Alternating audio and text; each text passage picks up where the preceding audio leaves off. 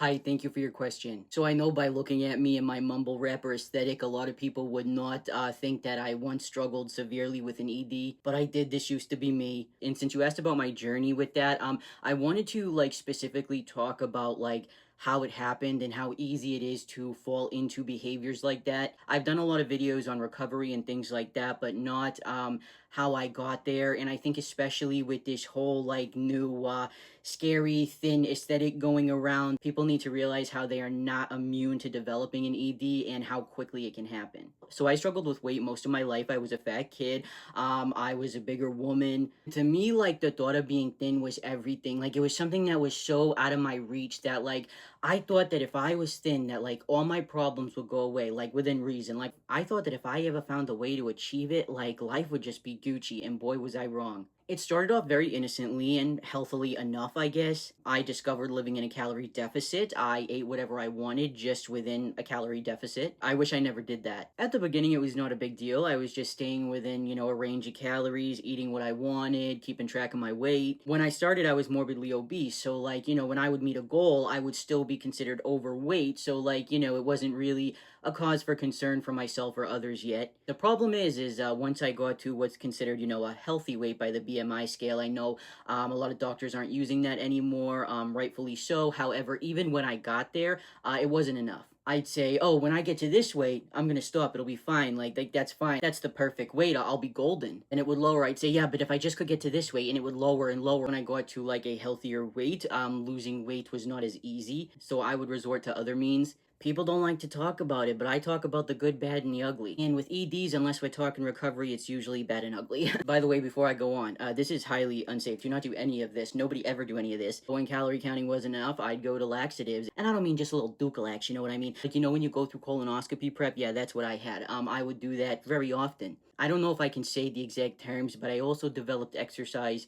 I don't know if I can say the next term. But basically, the amount I was exercising was insane. And unfortunately, that did carry on into my pregnancy. I wish it didn't, but it is what it is. I would run for insane amounts of time. Like, we're talking like 3+ hours. It was so unhealthy. My knees, like, they hate me for it now. And there were points in my life where if I didn't have the energy to run that long, I would ensure that I had the energy to run that long with other substances. I would do anything, no matter how unhealthy, no matter how disgusting, no matter how damaging, just to see the number go down. So obviously, like for a lot of people, including myself, EDs aren't really about being thin, even though it seems like it, of course.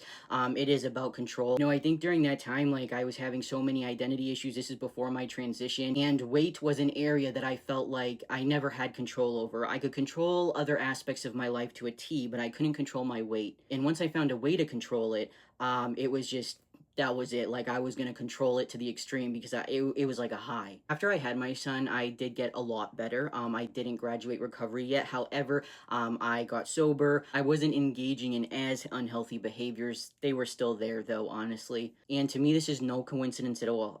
When I started my medical transition, when I was 26 years old, that is exactly when I finally graduated my recovery program. I mean, that is just not a coincidence. And I think it really illustrates like how, I did feel that lack of control. And when I finally took control of my life and like, lived it in an authentic way that was for me, like finally I didn't have as much of a desire to engage in behaviors like that. I do still struggle with food. I personally consider myself a food addict. That's something I've always struggled with. And people think I'm crazy, but I'm telling you right now, when I looked like this, I ate way more than I do now. Like I said, I just engaged in a lot of unhealthy behaviors. I mean, right now my husband's in the kitchen. He's cooking me this amazing beef stroganoff meal with cauliflower rice. Back then, I used to have a drawer. Anywhere I went, I'd have a drawer full of junk that I got at like the Dollar Tree, tons of like pastries, chocolate bars, things like that. And I would keep them in case of a binge, you know what I mean? And anybody around me at the time knew, you do not touch my drawer, okay? So yeah, the amount of what I ate and what I ate back then was so much more unhealthier than now.